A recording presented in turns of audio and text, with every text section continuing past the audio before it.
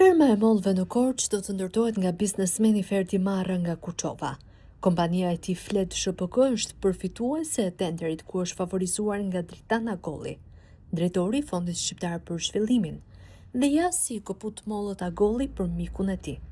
Skualifikimi të gjithë operatorëve konkurrues përveç fituesit. Fituesi nuk është operatori me ofertë më të ulët. Kjo procedurë dyshim të shënuar në Open Data Albania me flamur të kuq. Sinjal për riskun e korrupsionit. Zyrtarisht tenderi ka si objekt mbështetjen për ngritjen e poleve të zhvillim të integruar rural në partneritet me njësitë e vetëqeverisjes vendore dhe aktorë të tjerë lokal dhe qendror.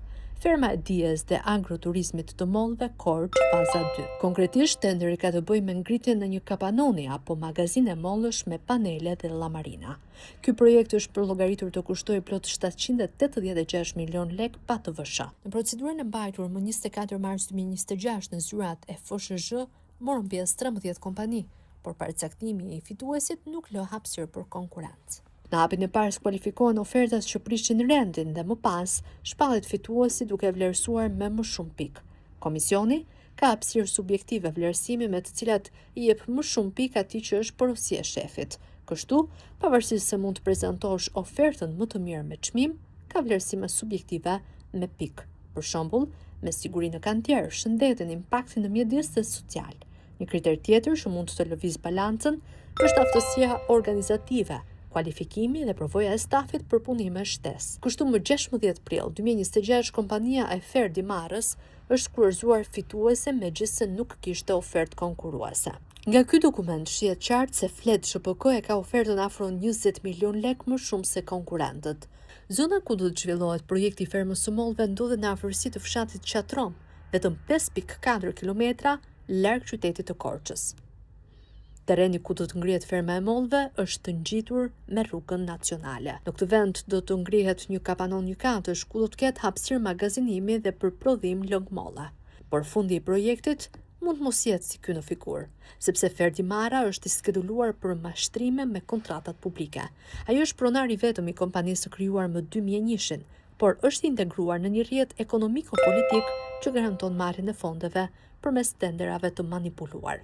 Firma Flet SHPK është raportuar në vitin 2022 nga një auditim i KLSH në Bashkinë Kuçovë.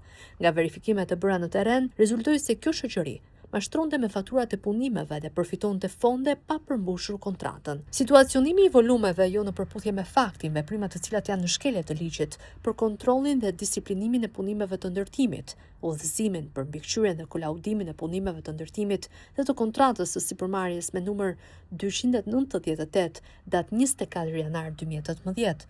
Këto janë gjetjet e auditimit të KLSH në adresë të zbatimit të punimeve nga Flet SHPK. Vlera prej afro 1.6 milion lek pa të VSH, e cila përfaqëson likuidimin e punimeve të pakryera, në fakt në volumin e situacionit konsiderohet si dëm ekonomik në fondin e Bashkisë Kuçovë.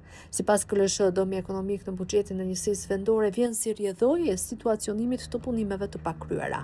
KLSH i la detyrë Bashkisë Kuçovë të merrte masa për argëtimin e vlerës nga sipërmarrësit e punimeve Flet SHPK dhe shkëlqimi 07 SHPK. Bëhet fjalë për kontratën me objekt rikonstruksioni i rrugës Enver Breku, fshati rreth Tapi, njësi administrative Perondi në Bashkinë Kuçovë me vlerë prej afro 295 milion lek pa të VSH. Kjo nuk do të kishte ndodhur nëse kompania Flet nuk do ta fitonte tenderin padrejtësisht. Nga auditimi i procedurës ka rezultuar se Komisioni i Vlerësimit të Ofertave e ka shpallur fituesin në kushtet e mosplotësimit të kërkesave për kualifikim, me pasojë përdorimin e palishëm të fondeve publike. Mashtrim raportohet edhe me punimet civile të kontratës me objekt rikonstruksioni sheshit të shkollës nëntëvjeçare 18 tetori Bashkia Kuçovë. KLSH, siç vëret në këtë dokument, ka konstatuar diferencë në volumin e punimeve të faturuara nga kompania Flet. Ndërkohë, nga auditimi i tenderit me objekt rikualifikim urban i lagjes Llukan Prifti, me fond limit 656 milion lek pa të VSH, me fitues Bashkimin e Operatorëve Flet SHPK dhe shkëlqimi 07 SHPK, ka rezultuar se fituesi është vlerësuar dhe shpallur në kushtet e mosplotësimit të kërkesave për kualifikim. Flet SHPK është favorizuar në mënyrë të palishme dhe në prokurimin me objekt devijim i projekt GEK për zgjerimin e varresave publike, me fond limit 151 milion lek me ofertë shumë të lartë dhe pa plotësuar kriteret. Gjithashtu, sipas auditimit të procedurës së prokurimit me objekt rikonstruksioni rrugës Murat Daulle, me fond limit mbi 376 milion lek, Flet shpallur fitues në kushtet e mosplotësimit të kërkesave për kualifikim. Edhe Dritana Golli nuk e ka përzgjedhur rastësisht kompaninë Flet. Në vitin 2024, Ferdi Marra ishte pjesë e bashkimit të kompanive që morën tenderin me vlerë 7.5 miliard lek, sërish në krah të shkëlqimit 07 SHPK. Është pronë e vëllait të ish deputetit Agron Kaplanaj. Fredi Marra do të shkëlqente. Nuk ishte asnjë konkurrent përballë, ndaj u shpallën me një herë fitues.